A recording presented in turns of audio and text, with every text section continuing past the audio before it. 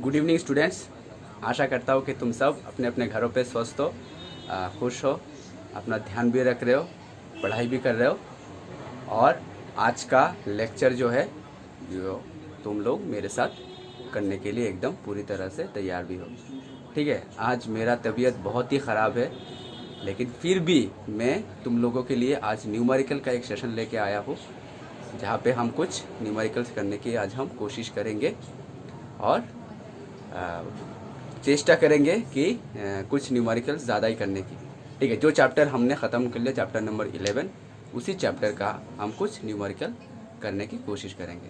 तो चलो आज का न्यूमेरिकल सेशन हम शुरू करते हैं। ठीक है, एक क्वेश्चन लिखो,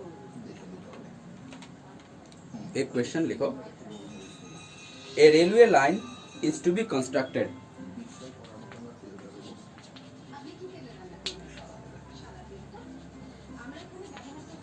A railway line is to be constructed. A railway line is to be constructed by iron rails. By iron rails,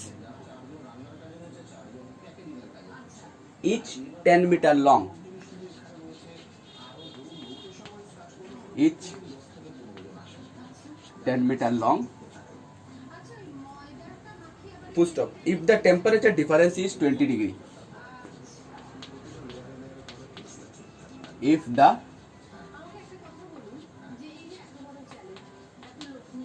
temperature difference is 20 degree Celsius, comma, what gap must be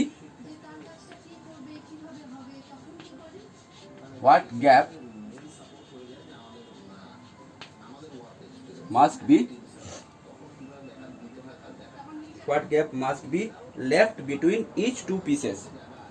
Must be left between each two pieces. Question mark. Question पे coefficient of linear expansion for iron alpha Fe दे दिया गया है 1.2 into 10⁻⁻5 पर degree centigrade. Okay, एक मजेदार question है। 1 minute screen को पॉज करो और ये क्वेश्चन उतार लो।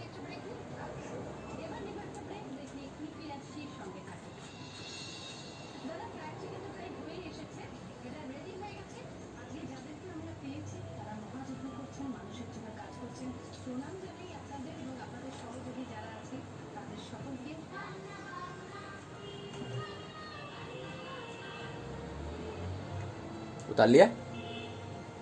तो रेलवे लाइन तो हम देखते ही है ऐसे, ठीक है, बीच में स्लीपर्स रहता है, ऐसे बीच में स्लीपर्स रहता है, ठीक है। और एक रेलवे ट्रैक, अगर ये एक रेलवे ट्रैक है, और ये दूसरा रेलवे ट्रैक है, ठीक है, तो एक रेलवे ट्रैक और दूसरा रेलवे ट्रैक के बीच में कुछ हद तक एक गैप रहता है,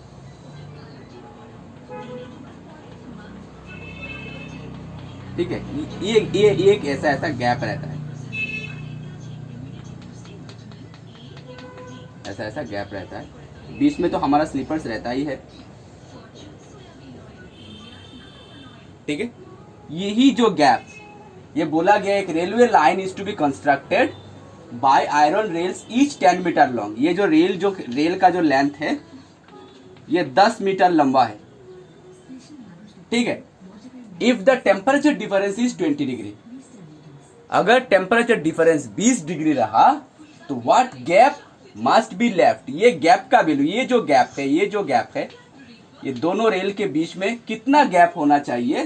दो रेलवे पीसेस के बीच में, दो रेलवे लाइन के पीसेस के बीच में कितना गैप होना चाहिए? ये गैप कितना होना चाहिए? ये गैप क्यों हम रखते हैं? ये गैप क्यों रखते हैं? तुम लोगों के मन में एक सवाल आएगा, और ये कॉन्सेप्चुअल क्वेश्चन भी है, why there is an gap between two railway lines two rail tracks, ठीक है। क्यों गैपिंग रहता है? क्योंकि गर्मी के दिनों में थर्मल एक्सपांशन होता है। गर्मी के दिनों में ज़्यादा गर्मी के वजह से, ज़्यादा हॉटनेस के वजह से थर्मल एक्सपांशन होता है। और अगर थर्मल एक्सपांशन हुआ तो ये जो रेलवे ट्रैक है ऐसे बैंड हो सकता है। ये जो रेलवे ट्रैक है ऐसा बैंड हो सकता है। और अगर रेलवे ट्रैक अगर बैंड हो गया तो रेल डिरेल हो जाएगा, रेल अपने पटरी से उतर जाएगा, ट्रेन अपने पटरी से उतर जाएगा। हम तो अक्सर ये खबर सुनते हैं जो वहां पे ट्रेन अपने पटरी से उतर गया। क्यों उतर गया? क्योंकि गर्मी के दिनों पे थर्मल एक्सपांशन हुआ और थर्मल एक्सपांशन की वजह से रेलवे ट्रैक जो है ऐसे बैंड हो गया। ऐसे टर्निंग का तो बैंड अलग बात है, लेकिन सीधा अगर लाइन अगर थोड़ा सा अगर ऐसा बैंड हो जाए तो रेल अपने पटरी से उतर जाएगा, ठीक है। यही ना उतरने के लिए दो रेलवे ट्रैक के बीच में थोड़ा सा गैप रखा जाए। दो रेलवे ट्रैक के बीच में गैप रखा जाता है। क्यों गैप रखा जाता है? क्योंकि air is the bad conductor of heat. हवा एक बहुत ही बैड कंडक्टर ऑफ हीट है। यानी इन दोनों रेलवे ट्रैक के बीच में ये जो टेम्परेचर है, ये दोनों रेलवे ट्रैक के बीच में टेम्परेचर डिफरेंस नहीं आएगा। टेम्परेचर हवा के बीच में से, हीट जो है ये हवा के बीच में से पास नहीं होगा, जिसके वजह से अगर थर्मल एक्सपांशन हुआ भी तब भी ये बैंड नहीं होगा, सीधा ही रहेगा। इसीलिए दोनों रेलवे ट्रैक्स के बीच में थोड़ा सा गैप हम रखते हैं हमेशा, ठीक है। ये मैंने ज्यादा बड़ा गैप दिखा दिया, इतना बड़ा गैप नहीं रहता है, थोड़ा सा गैप, माइनर गैप रहता है। तो क्वेश्चन में भी यही बोला गया है, अगर टेम्परेचर डिफरेंस अगर 20 डिग्री रखा तो दोनों रेलवे ट्रैक के बीच में कितना हम गैप निकाले ताकि ये डिरेल ना हो जाए, ठीक है। तो ये क्वेश्चन उतार लिया। अच्छा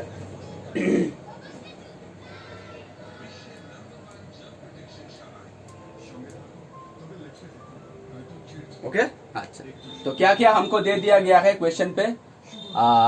10 सेंटीमीटर लॉन्ग, ठीक है। तो इसको हम मीटर पे लेके जाते, 10 मीटर लॉन्ग, इसको हम 10 मीटर पे 10 metre L is equals to 10 metre. अगर सेंटीमीटर पे ले जाए तो 100 centimetre is equals to 1 metre, 100 centimetre is equals to 1 metre, 1 metre तो हो जाएगा हमारा 10 मीटर हो जाएगा कितना? अब 10 मीटर ही रखते, ठीक है। 10 मीटर और 20 degree centigrade temperature difference delta T is equals to 20 degree centigrade. Alpha बोल दिया गया है 1.2 इंटू 10⁻⁻5 पर डिग्री सेंटीग्रेड, ठीक है, ठीक है। तो 10 metre is equals to 1000 metre, 1000 centimetre,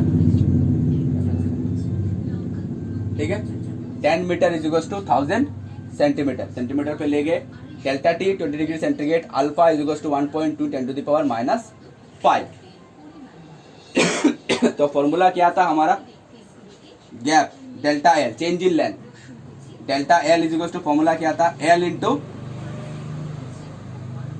into alpha into delta T, ठीक है। Delta L equals to L into alpha into delta T. हमारा फॉर्मूला क्या था?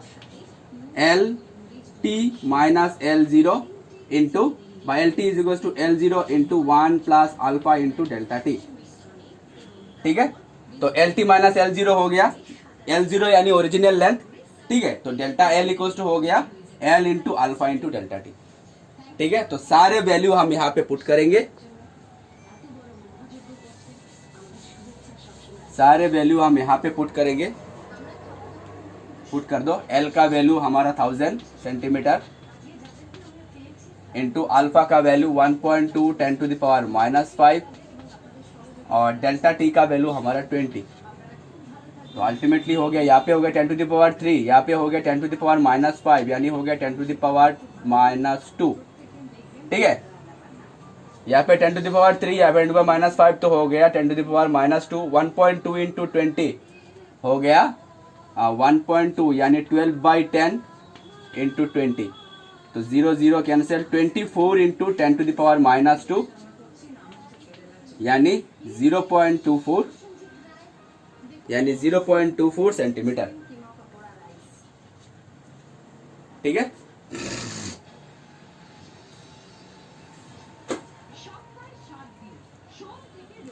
समझ में आया कैलकुलेशन? उतार लो ये कॉपी पे।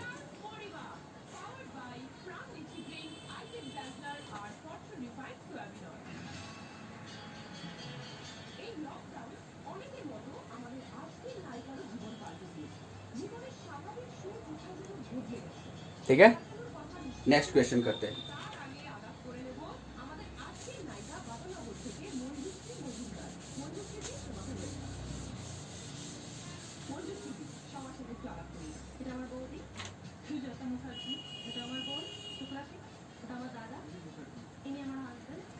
नेक्स्ट क्वेश्चन लिखो।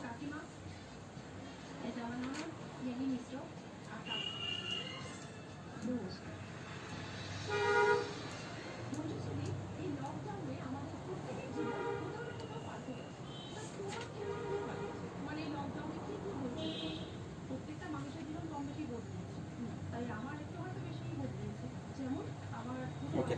Calculate the minimum amount of water. Next question. Calculate the minimum amount of water. Calculate the minimum amount of water at 15 degrees centigrade. At 15 degrees centigrade needed to cool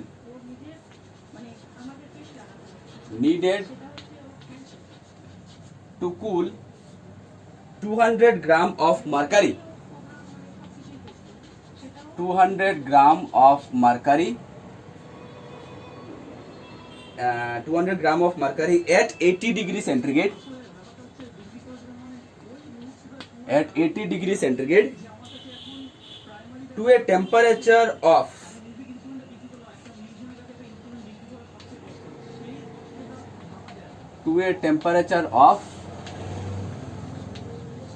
25 degree centigrade. Full stop. Question पे दे दिया गया है specific heat of mercury. Specific heat of mercury question पे दे दिया गया है। ये कुछ वैल्यू हमको क्वेश्चन पे दिया ही रहता है।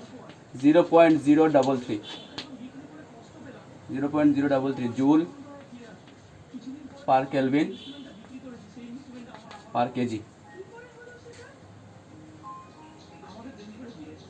ठीक है, स्क्रीन को पॉज करो और ये क्वेश्चन उतार लो।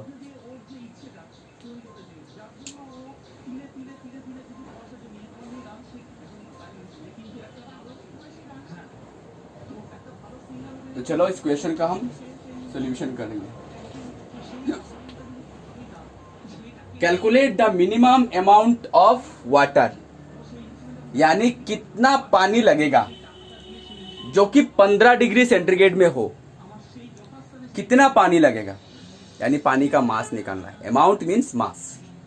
कितना पानी हमको लगेगा जिसका टेम्परेचर 15 डिग्री सेंटीग्रेड हो, जो पानी 200 ग्राम मरकरी जो कि 80 डिग्री सेंटीग्रेड पे ऑलरेडी है, उसको ठंडा कर सके। ठंडा करके उसी का टेम्परेचर घटा के कितना लाए 25 डिग्री सेंटीग्रेड। यानी 200 ग्राम मरकरी ऑलरेडी 80 डिग्री सेंटीग्रेड पे है, ऑलरेडी है। इसको 25 डिग्री सेंटीग्रेड पे 80 डिग्री से 25 डिग्री सेंटीग्रेड पे लेके आने के लिए कितना अमाउंट ऑफ पानी चाहिए जिसका टेम्परेचर 15 डिग्री सेंटीग्रेड पे हो। समझ में आया? ये प्रिंसिपल ऑफ कैलोरीमेट्री का फॉर्मूला हम यूज करेंगे। Heat loss equals to heat gain. पहले ये क्वेश्चन उतार लो।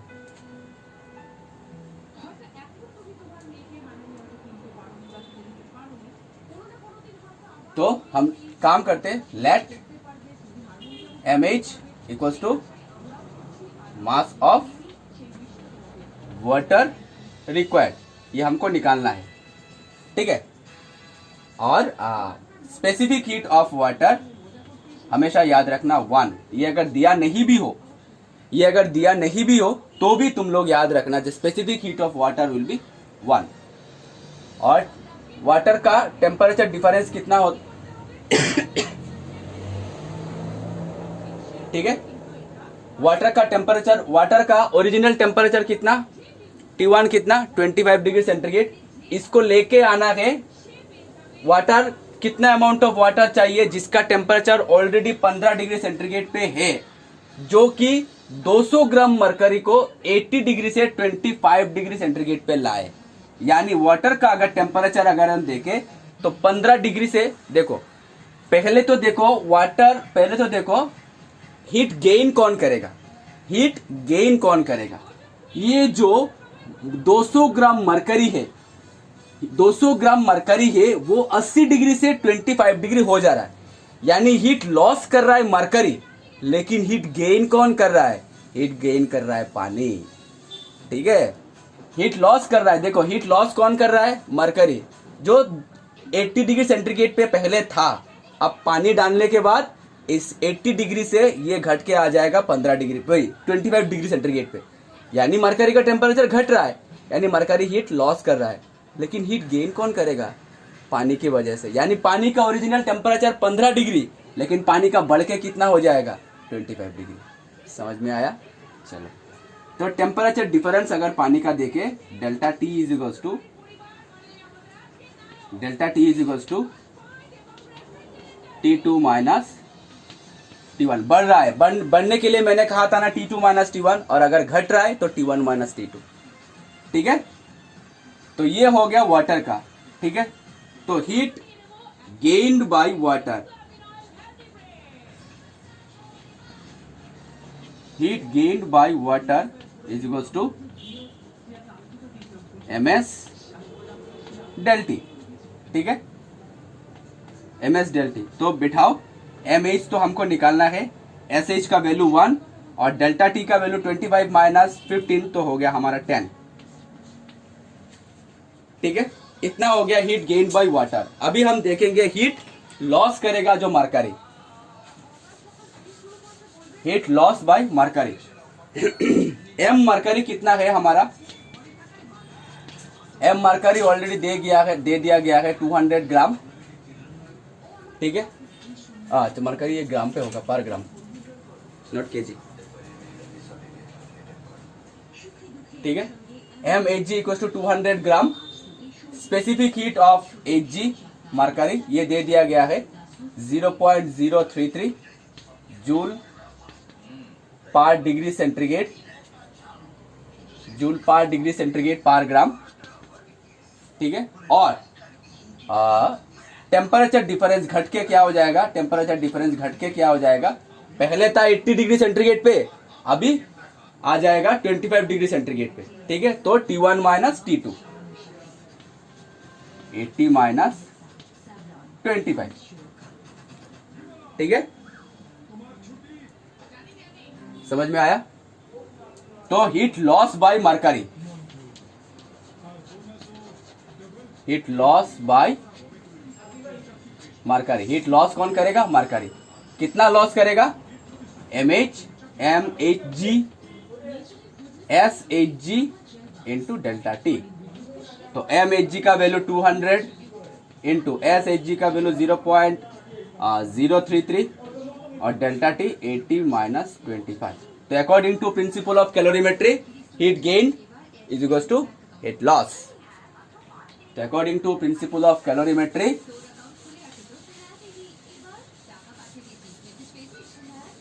According to principle of calorimetry, heat loss equals to heat gain, यानी mH into 10 heat gain is equals to heat loss 200 into 0.033 into 80 minus 25 कितना हो जाता है,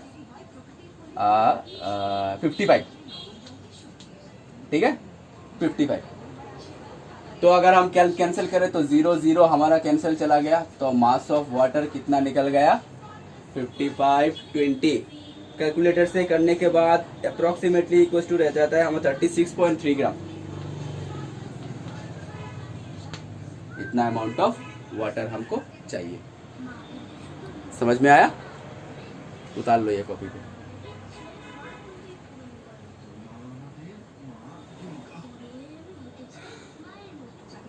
ये सारे क्वेश्चंस एकदम इजी है, सिर्फ पकड़ लेना चाहिए कौन हीट लॉस कर रहा है और कौन हीट गेन कर रहा है।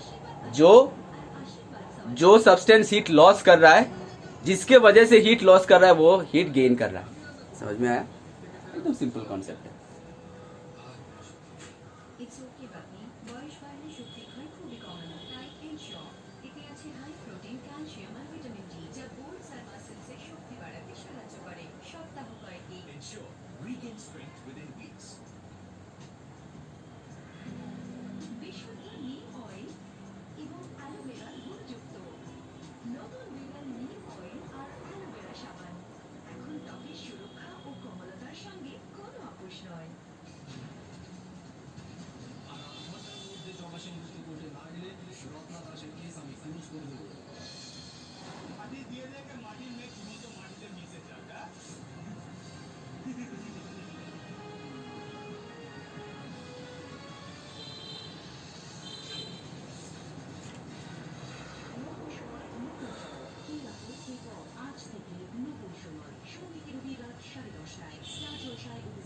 नेक्स्ट क्वेश्चन लिखो।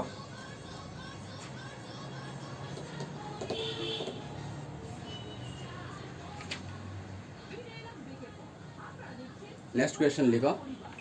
ठीक ऐसे ही एक कॉन्सेप्ट पे, हीट लॉस और हीट गेन के कॉन्सेप्ट पे हम करेंगे। 5 gram of water, 5 gram of water at 30 degree Celsius, 5 gram of water at 30 degree Celsius and 5 gram of ice, and 5 gram of ice at minus 20 degree centigrade, minus 20 degree Celsius, minus 20 degree Celsius are mixed together. अच्छा, are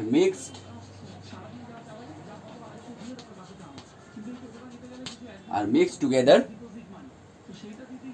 in a calorimeter.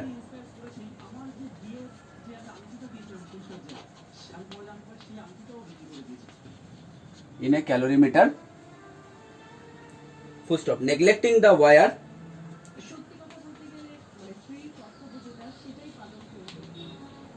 neglecting the water equivalent, यानी specific heat of water, neglecting the water equivalent, water equivalent means specific heat of water, neglecting the water equivalent of the calorimetry, यानी calorimetry का, calorimeter का जो water equivalent है उसका ignore करने के लिए बोला गया है। Calorimeter, neglecting the water equivalent of calorimeter, find the result of mixing, find the result of mixing,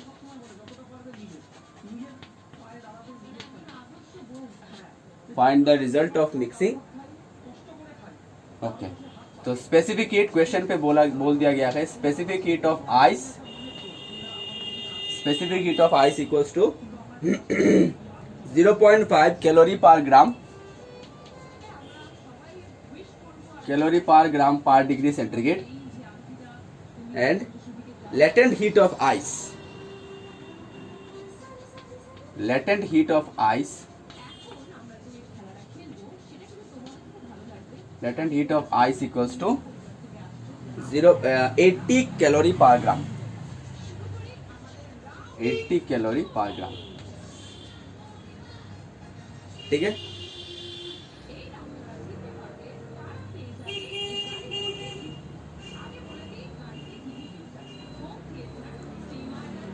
screen को पॉज करके क्वेश्चन उतार लो। एक काम करो स्टूडेंट, बहुत दिन हो गया तुम लोगों को कुछ भी होमवर्क नहीं दिया, मैं न्यूमेरिकल्स करके ही देता हूँ तुम लोगों को। ठीक है, आज ये जो एक क्वेश्चन जो मैंने दिया है, ये जो क्वेश्चन है, सिर्फ ये एक क्वेश्चन तुम लोग न्यूमेरिकल्स, ये एक क्वेश्चन तुम लोग होमवर्क करना। ठीक है, ये क्वेश्चन तुम लोग होमवर्क करना और इसका रिजल्ट मैं दे देता हूँ, मिला लेना आपस में। इसका रिजल्ट मैं दे देता हूँ। इसका रिजल्ट है result of mixing equals to result of mixing, water और आइस मिक्स किया गया तो इसका रिजल्ट मैं आंसर में दे रहा हूं, तुम लोगों को मिला लेना आपस में। Result of mixing, water 6.25 gram and ice equals to 3.75 gram. ठीक है, ये है आंसर। तो ये एक क्वेश्चन तुम लोग होमवर्क करने की कोशिश करना। ठीक है, तो स्टूडेंट्स आज का न्यूमेरिकल का लेक्चर यही तक समाप्त करते हैं। नेक्स्ट सेशन पे हम थ्योरी क्लास का थर्मोडायनामिक्स लेके आएंगे। तब तक के लिए अपना ध्यान रखना, पढ़ाई करते रहना और अपना ध्यान भी रखना, और ये जो दिया है मैंने होमवर्क ये कर लेना। ठीक है, थैंक यू सो मच।